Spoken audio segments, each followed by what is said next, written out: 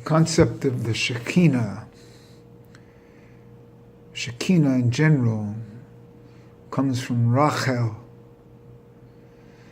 And the idea of Rachel is the matriarch always crying for her children, as exemplified on the second day of Rosh Hashanah.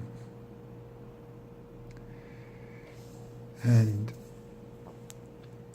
also exemplified on Hanukkah, because Hanukkah comes directly from Hod and is a representative of Rachel.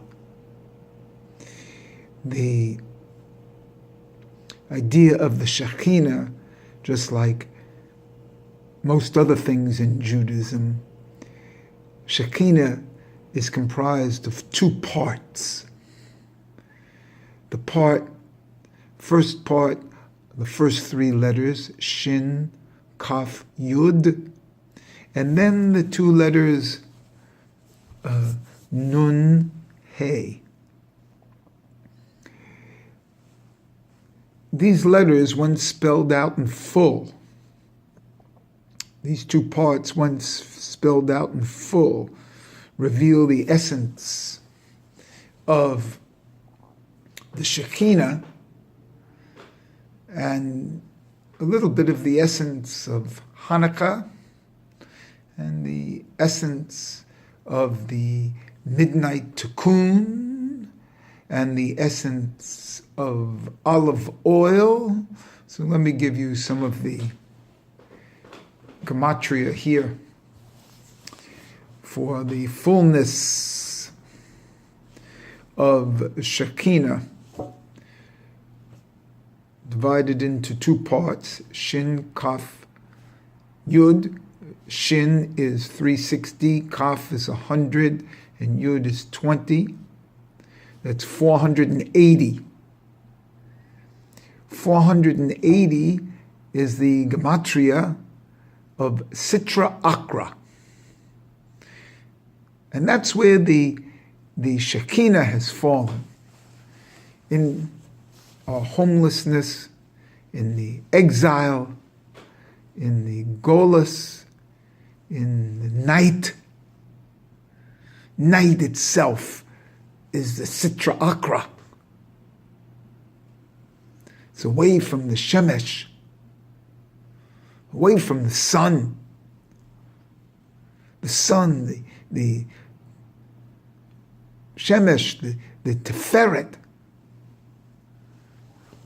is the key to the Jewish people. Judaism is a daytime religion. So in the midnight Tikkun, when you cry for the loss of the temple, the Beis HaMikdash, which, by the way, is gematria of Beis HaMikdash, is 861, which just so happens to be a Rosh Tivo for Ein Sof. See, we've lost our conscious connection to Ein Sof. Aleph, Samach, final Pei is considered Ein Sof. So night is the Sitra Achra, the other side. The tain of the mirror. The dark side of the moon.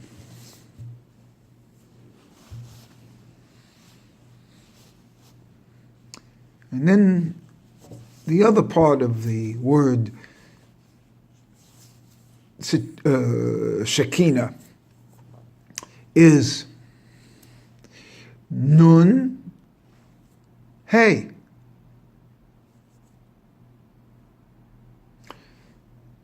Strange, though, now that I just think of it here. Those are the two letters of Netzach and Hod. Those are the letters of Purim, and Hanukkah, Netzach and Hod, not the letters themselves, but they come from Netzach and Hod, and Hanukkah especially from Hod, which is the final Hey of Shekhinah. And the gematria of Nun Hey is Nun 106 and Hey 6. That's when it's spelled out. That's 112, and that just happens to be the gematria of Yud Hey Vav Hey plus Elohim. So Yud Hey Vav Hey is 26, and Elohim is 86. That's 112. This union of Yud Hey Vav Hey and Elohim, the masculine and the feminine, is the antidote of the first part, the 480 of the Sitra Akra. When the Yud Hey Vav Hey and the Elohim come together, that's, the same thing that you do on Yom Kippur when you say Adonai Hu Ha Elohim. It's the union of Adonai, Yud Hey Vav Hey, and Elohim, and that's the big name. The union of Adonai, which Yud Hey Vav Hey is what they put into Teferet as a Sepharot, and Elohim is Rachel as Malchus. So Teferet and Malchus go together, and that's the whole purpose of everything, to unify that which has been separated. And that comes here, that the antidote of the separation of the first three letters to the last two comes about, and they come together, is one word, when it's Adonai, Yud Hey Vav Hey plus Elohim. And this is a very interesting thing also, because the word, you remember that Shemesh, the sun, is Teferet. It's the middle of the solar system. And Teferet is also written as Tet, and then those little squiggles, the quotation marks, Tet, that's its abbreviation. That is 800. 400 and 400 is 800. And that just so happens to be the word Shemesh, fully spelt out, Shin, Mem, Shin. Shin is 360, Mem, that's 400, 80 is 400.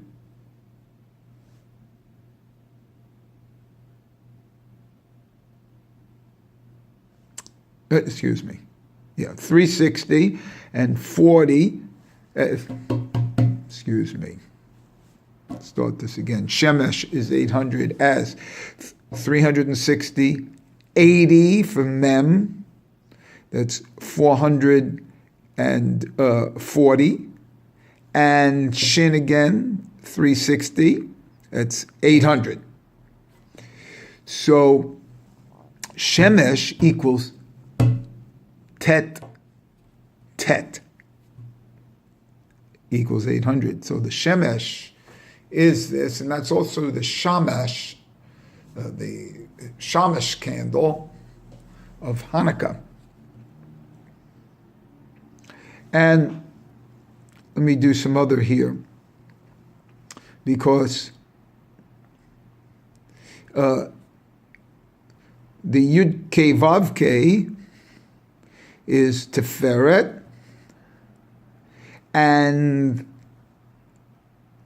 Malkus is Elohim. So if we substitute the Yud Kei Vav Kei for Tet, quotation marks Tet, we get 800 there, and Elohim is 86. So another union of that's 886, which happens to be the full gematria of the three spellings of the name Elohim. That's 300. That's one of the spellings. 295 and 291. Those are the three spellings. And that's 886, which is another union of Teferet and Elohim as Malkus. So that's another way we bring about this meditation of the understanding of the Shekinah. And one of the things I just want to bring up, it is a long one and don't expect people to listen, is the olive oil. Because the way to celebrate Hanukkah is olive oil in those vessels, which is the ner itself. And what is the olive? The olive is and the olive oil is the perfect symbol for the Jewish people, because the olive oil is the tears that come out of your eyes. Those tears should be in a vessel, and we light those tears on Hanukkah. Olive oil comes from crushing an olive. The Jewish people are olives. They're crushed. Symbolically, the olive is also the testicles. And the crushed testicles give the sperm. The tears from the eyes are like sperm from the testicles.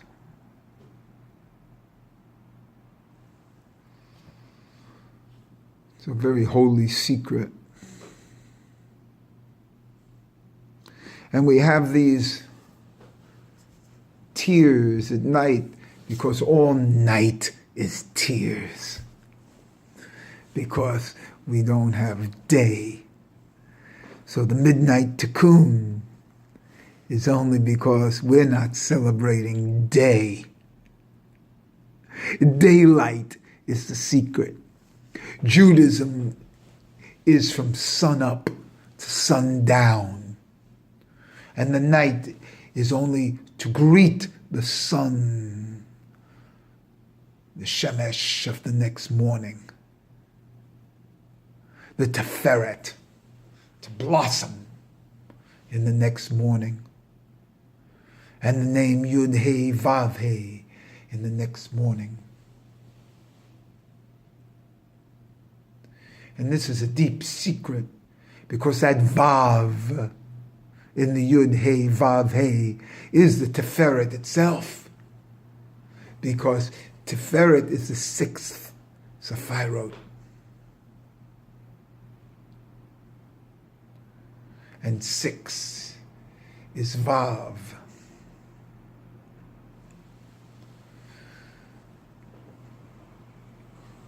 So in this level that we're in now, we have to greet the sun. And so Golus is nighttime itself. And so when we do midnight tikkun and we greet the sun in the morning, that's the whole purpose of Judaism. These aren't tzaddikim that do this. This is everybody. And then we go to sleep at night. Sleep a few hours and make sure we greet the sun. Because with activity in daytime, without candles, because candles are made from tears. Ner, light, is made from tears. The oil of the olive is tears. So when we recognize this, the only thing we have of the house of the Beis Hamikdash is a wall.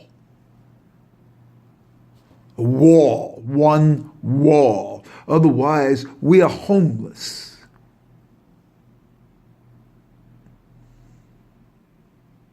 You see?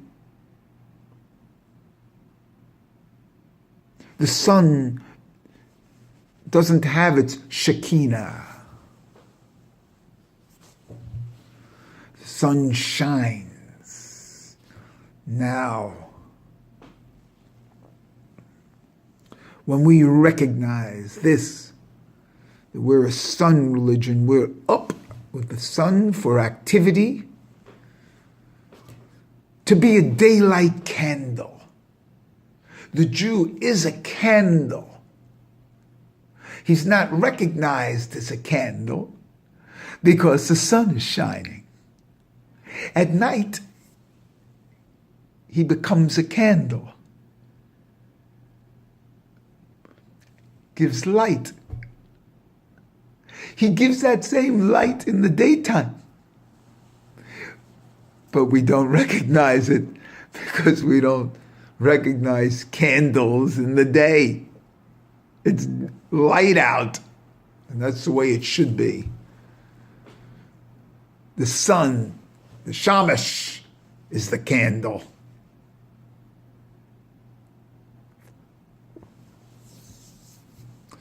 The ashes, by the way, the afar, which has a full spelling of 702, which is Shabbos, and Bet, final Nun.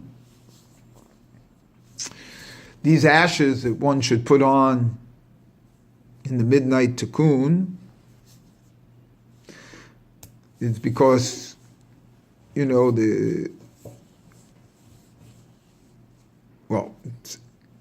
we're in Golas. It's the same spot as the tefillin of the day. See? And why do we do it in daylight? Because there are two shins on the tefillin, and the dalet in the back of the head, the double dalet, looks like a mem, a final mem. So when we do shin, mem in the middle, shin again, that's shamash, we do the tefillin in the daytime. It's the sun.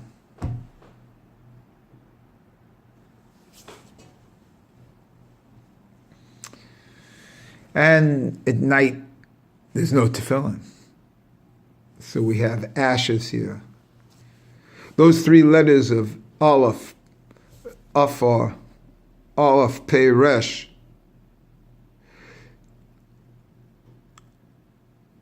are written, those are the three letters in the word Teferet, the three middle letters between the two tets, between the two tovs.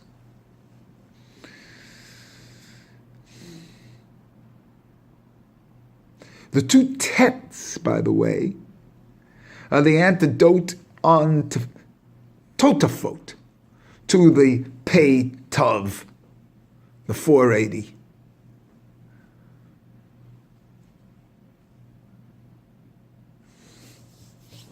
Anyway.